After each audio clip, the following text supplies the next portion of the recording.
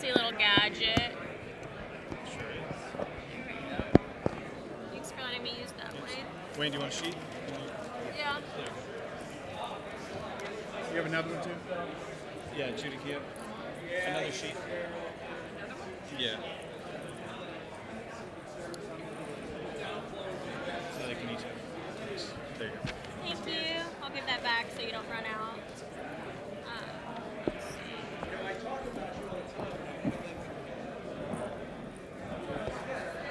All right.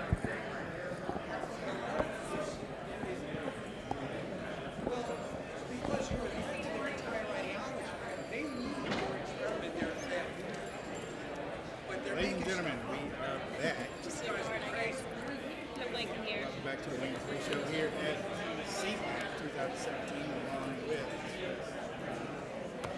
Right Side Broadcast Network and Liz Willis.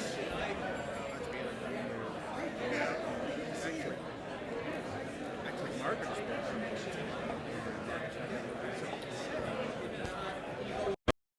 forward.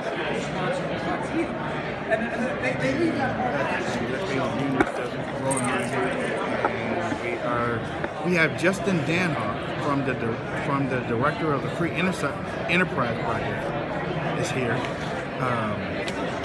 You have another one? Two? Justin Danhof, the director of the Free Enterprise Project, is here. Also associated with the National Center for Public Policy Research. How you doing, Justin? I'm doing great, Wayne, so it's a pleasure to talk with you. You were last year. That's right. How are things? How are things over there at the Free Enterprise? Well, they're great. It's kind of an interesting time, right? So for the last 8 years or so, what I've done is, you look across the river from where we are, and we see a lot of government buildings, but we also see a presence of every Fortune 500 company in America, whether it's their government relations arm or their lobbying arm. And what we see in the corporate America circle is that they like to grow with big government. And so you've got big government and big business teaming up in kind of like this symbiotic circle. When one grows, they both grow. And why do they do that? They do that because they can crowd out competitors. They can crowd out the small business, the medium-sized business, but who else can they crowd out? The American people. And so what we've done at the Free Enterprise Project in the era of Obama is to try and stick a wedge wherever we can stick a wedge and be a voice for the American people, and specifically focus on the corporate side. Conservatives rail against big government all the time, but there's two parts to this circle. And so when we see corporations team up on environmental regulations with big government to crowd out their competitors, we speak up. Obamacare wasn't a fight between Harry Reid, Nancy Pelosi, President Obama, and corporate America. They were fighting together. The health insurance companies wrote the bill, the pharmaceutical industry funded the promotional campaign, and then the pharmaceutical retail chains promoted it once it became law. This wasn't a competition amongst government and business. They were teaming up together, and again, the voice that was crowded out was the American people. And so what's funny over at the Free Enterprise Project is after the election in November, some folks came to me, and some of them actually quite intelligent, and they said, so I guess your job's done, Justin. The era of big government and big business is over. I said, well, why don't you give it a week, maybe two, into the Trump presidency, and we'll take a look at what happens. And what did we see happen in the realm of corporate America? We've got two things going on. One is with Trump's Muslim travel ban, and I use scare quotes because it's scary words that are fake. Anyways, and so liberals want to push back on this. Where do they turn? They don't have the White House. They don't have the Senate. They don't have the House of Representatives. They don't have most state houses in America. They don't have most governorships in America. So they go to their old reliables. They go to the CNNs and the MSNBCs of the world. But now they turn to their other ally, and that's corporate America. 127 major American corporations signed an amicus brief. Heck, Amazon's one of their top lawyers took credit for the victory over Trump's travel ban in the first court case. And so you have the Apples, the Facebooks, the Amazons, the Salesforces, and the Googles of the world. They are now positioning themselves as the opposition party to President Trump. And so, again, the playing field, if you will, in my arena is growing. It's not shrinking. Justin, let's talk about another really big player in this that's more closely associated with the Republican Party. Let's call out the Chamber of Commerce and things of that nature. This is a big, big machine that is arrayed against the American people, if you will, with a lot of the Republican representatives. Well, and that's exactly right. And believe me, I will hold their feet to the fire and President Trump's when he does wrong in these issues. For example, where's the chamber wrong on a lot of issues? How about the Export-Import Bank? That is really just, taxpayer-funded subsidies to some of the largest corporations, including Boeing and General Electric. Now, President Trump, when he was candidate Trump, had a lot to say about getting rid of the Export-Import Bank, which, believe me, there's will in Congress to get this done, now. And so he could have that done tomorrow, but President Trump has talked about making great deals. And he talked with Boeing. Boeing is probably the biggest company, the beneficiary of the Export-Import Bank, and he's made a deal with them regarding the new Air Force One and other planes. I'm hoping part of that deal we'll leave the Export-Import Bank alone now. We need to hold him to that campaign promise. And the Chamber, again, is a bad actor in this arena as well. How does that affect the amnesty issue, the immigration issue, these Chamber of Commerce and other corporate entities? Well, it's interesting because what you see is the Chamber, while they're bad on lots of issues, on some issues they're good, right? Right to work and these kinds of things, they're on the right side. So when they're doing the right thing, we need to praise them, and when they're doing the wrong thing, we need to go after them. And so what we've seen with the amnesty type issues and with environmental type issues is liberal activists have been very successful in getting corporate America to leave the chamber altogether by claiming that they're impure on environmental type issues. And now this is going to be the new environmental type issue, I feel like. When it comes to immigration, I think that the left is really going to make a transition where corporate America has been against the chamber on issues like that. I think that that's a pivot that they're about to make, and I think we're seeing it happen already. Where are you on the Obamacare shield replacement? Because some people feel like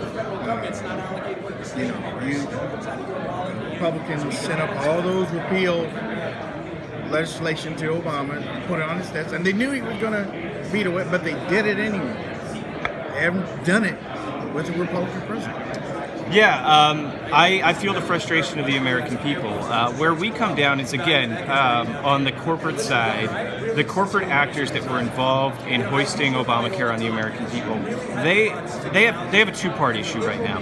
They have an accountability issue to the American people because, again, corporate America is the reason that we have Obamacare, not President Obama, not Harry Reid, not Nancy Pelosi. They were a part of it. But corporate America has an accountability to help fix and replace the problem. They wrote the first bill. Aetna's CEO has now admitted that it's in a death spiral, which, of course, death spiral was fake news before fake news was fake news, right? But now they admit that it is in this death spiral because the young and healthy aren't signing up and the old and sick are. And so in lots of states we have only one player in the health insurance industry right now. And so they need to be involved in the fix. So that's where I'm going to step in. I've already been to Walgreens that helped promote. I went to their shareholder meeting just last month.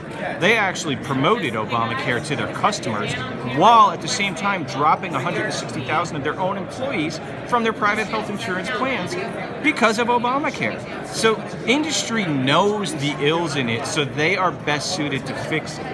And so that's where I'm going to hold them accountable. The Pfizers of the world, the Johnson & Johnsons, the Eli Lillys, the Aetnas, they'll all be hearing from me at their shareholder meetings throughout the year. And again, well, exactly right. And so, again, I held them accountable, made sure that they heard from the American people in their boardrooms as Obamacare was coming, and as it's going to go down and be replaced and fixed, they're going to hear from me again. Justin, how can people reach out to you on social media? Yeah, you can find us at National Center. Nationalcenter.org is our website. We have a blog, conservativeblog.org. Twitter is at National Center, and of course, we're on Facebook these days as well. Justin, we'll be talking to you in a little bit, but I want to thank you for stopping by here at CPAC 2017. on duty, and we'll get you back on for a longer interview. All right, be Keep good. up the fight. Thank you. Ladies and gentlemen, I got some breaking news here. Last night, as a matter of fact, there was a death at CPAC. Police are investigating a dead body that apparently fell from the parking garage roof.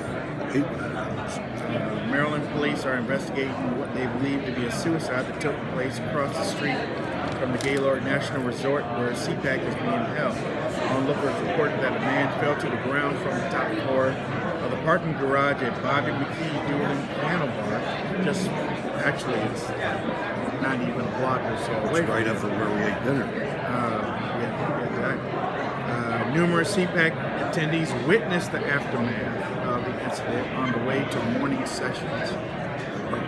So,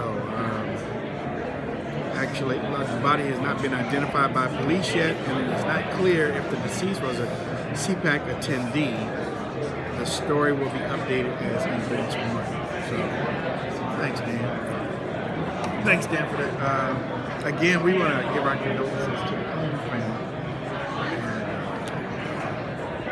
the Crowley family for the death of Ellen Colmes earlier today. It's something we just kind of before we went on the air.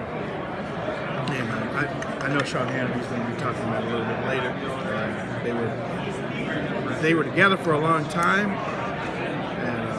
and I think they ended up friends. yeah, there was a quote that Hannity gave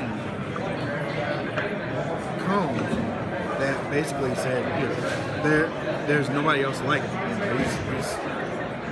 He's a good dude. I mean, he used to anger a lot of us, but when push came to shove, he was still a good dude.